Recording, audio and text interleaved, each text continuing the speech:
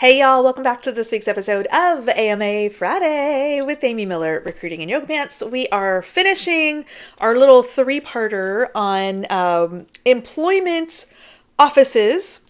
So specifically in the state of Washington, it is known as WorkSource.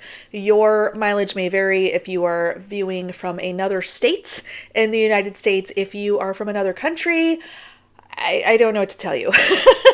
If I'm a betting person, your state, province, location, whatever, probably has some kind of government, job search, support, employment, something, resources. I don't know, but I know a lot of countries also have way better employment laws, so maybe y'all don't need them. Maybe just in the US, we're just crazy like that. But anyway, so I first video 2 weeks ago talked through my experience being laid off, getting hired at WorkSource, and the adventure that was. Last week I talked about some of the interesting situations I ran into and kind of some of the archaic thinking and curriculum and things that I had to push back against as an employment counselor. And this week, I want to enable job seekers. As always, the goal of this channel, ask the right questions. Have the right expectations, understand what's in your control, ask the right questions, get closer to the desired result. That's what we're going to do here. So if you have never set foot into a WorkSource or employment office, why not? Let me know down below in the comments. Have you tried it? Do you have experience with these offices? Have you had a good time, a bad time, an indifferent time? I'd love to hear your feedback and experiences. This series was actually inspired by a few folks who shared their experience, and they weren't good.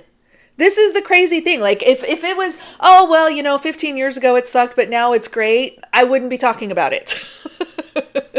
But the fact that so many people are like, oh, this happened and it went like this. And I'm like, oh God, nothing's changed.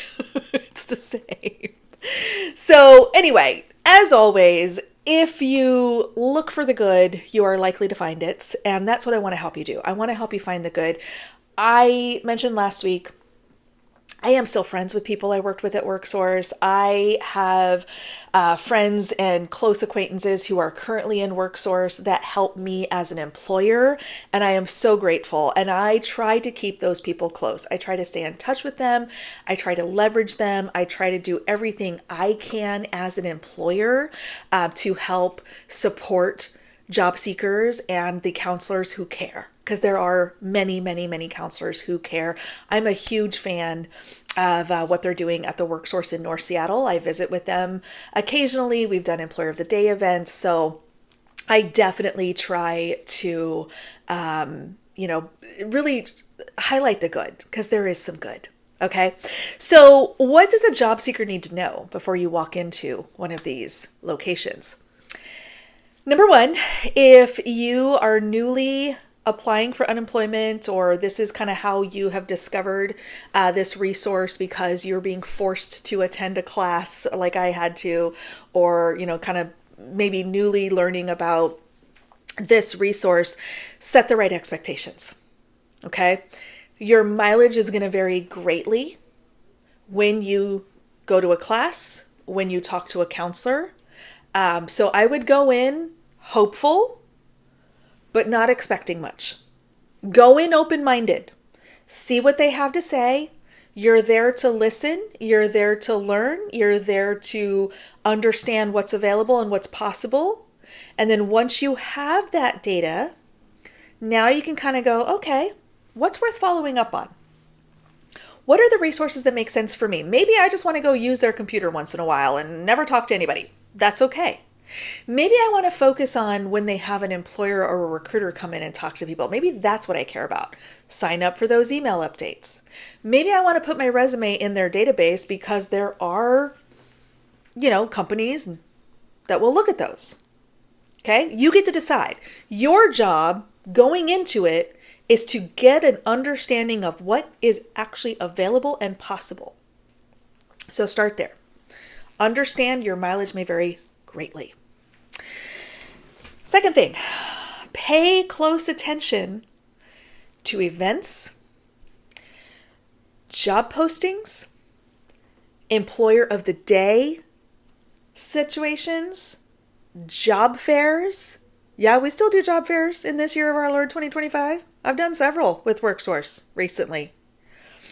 Look for those opportunities because this is your bridge to speak to actual employers that are hiring. That's what you want, right? You want to get in front of a recruiter who can get your application in front of somebody. You want to hopefully get in front of a hiring manager if they're attending. Like, this is the bridge. You are leveraging WorkSource as your entry to that conversation. Don't worry about meeting with the counselors. Don't worry about any of that other stuff. You are using them as the bridge to employment. That is okay. So keep an eye on the website, sign up for those email alerts like I mentioned, talk to the counselor if you do end up talking to a counselor, like what kind of employers do you work with? How often do you have events where employers come and talk to job seekers? Ask those kinds of questions. This is really important because you're also vetting, is this a counselor who knows what they're doing and is like connected and has their finger on the pulse of the job market? Because if so, you're going to want to slide that business card in your pocket. Keep in touch with that person. When you identify somebody who's doing good work in these offices, stay close to them. That's what I've done for 15 years since I left. See if you can get an understanding. I wrote notes. That's what I'm looking at here to not put my reading glasses on. Are there any kind of industries that are more common? So I'm going to give you two examples on this one, okay? And I kind of touched on this last week as well. When I worked in South Seattle, I worked at the WorkSource Rainier. We had a lot of what we call light industrial. Okay, these are, I talked about like processing plants and manufacturing and forklift drivers and warehouse workers and those kinds of things. That was very popular for that particular location. A lot of the jobs that we would post and share, a lot of the roles we could refer you to kind of fit that, that industry or that particular part of the job market. Now, if you go to WorkSource Redmond, which has actually closed since then, which is really unfortunate. But WorkSource Redmond, all tech, baby. So many tech people. I mean, lots of program managers, lots of software engineers, lots of, so that the geographic location of your office, especially in a larger city, Seattle is definitely like this, can also kind of play a part in the kinds of roles that number one, might be available and advertised, but number two, where an employment counselor can actually recommend you to or refer you to. Okay, so what industries, what types of roles, what types of companies are they connected to or talking with on a regular basis? Okay, so try to ask those kinds of questions and understand, like, what do you know, Mr. Counselor person? Who have you gotten like what kind of jobs have people you've worked with landed in the last few months? Ask those kinds of questions. You're allowed to do that. Have you seen any specific success with certain industries? Tell me more about that. Because that's their job, is to get people back to work. Just saying. All right, so that's kind of the job search thing. I would also say, look at this as a networking opportunity. And I'm going to give you real quick, I'm going to share this. I don't think we've really talked about this before, but do you know how I got into corporate recruiting? I was an agency recruiter for many years. Y'all know that. Got laid off, got the job at WorkSource. Here's how I became an agency recruiter, or a corporate recruiter rather. I said, we've got to get employers in here. We've got to bridge this gap between job seekers and employers. Now, we were doing employer of the day events, okay, every now and again. I said, why don't we get staffing agencies in here? They're like, what? I said, yeah, staffing agency is technically an employer. They place people at jobs, temp jobs or whatever. I just did it. My boss was like, okay, go for it. So I set up an employer of the day, basically a job fair for local staffing agencies. And I brought in a bunch of staffing agencies and they got to advertise all their clients' positions and, try to kind of build up their contract workforce, right? Get people registered with them and whatever. And I became friendly with some of those recruiters. And I stayed in touch with some of those recruiters. And I remember I was already at Joint Base Lewis McChord at this point, coming off of a bad day, just like, oh, that was rough. I don't want to do this anymore.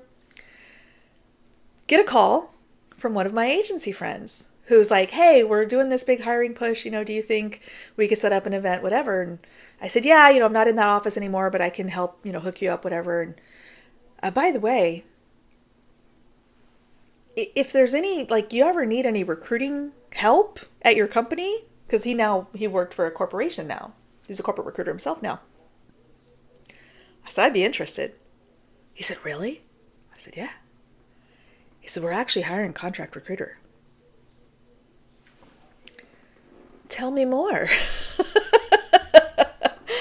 So by making that connection at the WorkSource office, staying in touch over the next, few months or whatever it was, probably 6 months or so, I was able to kind of turn that into contract recruiting opportunity. Yes, I left a full-time job for a contract role, did that twice in my career, which then turned into a full-time job. So, in my opinion, any job search conversation could potentially open doors that you're not otherwise aware of. Even at WorkSource, even with agency recruiters, even with career counselors, there are still little nuggets of gold that you can find. Okay? Last thought on this, aside from employment opportunities, this can also be a bridge to resources to help upskill or reskill. A lot of people don't know this, but there are lots of agencies, potential for grants, federal or state support to pay for retraining. It's true. Explore that. If you're like, my industry's dead, I'm never going to get a job in what I'm doing again, I need to pivot, I need to do something else, go see what training opportunities are available and what kind of funding you might qualify for as someone who is unemployed or even underemployed. I put a lot of people in contact with local trade schools or training programs or apprenticeships through my counseling efforts. Okay, so it's not just, hey, here's a list of jobs to go apply to. It should be, and if you get a good counselor and you really work with that person, it could be, here's what I could pivot to. What does that look like? What are the resources? Okay, great. And that counselor can kind of help draw the connections for you and connect the dots for you.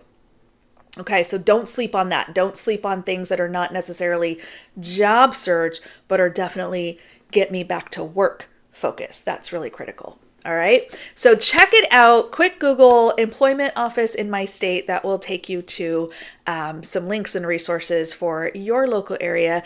I hope this helped y'all. I feel like the last 3 weeks have been a little bit different than what we normally talk about on here, but I think a lot of us are at that stage now, being unemployed for a long time or just whatever's going on in your industry. It might be time to pivot and try something you haven't tried before. So give them a shot. If you find a great counselor, absolutely stay connected, stay close, and make your tax dollars work for you. All right, y'all. Thanks you, as always, for watching, and we will see you next week.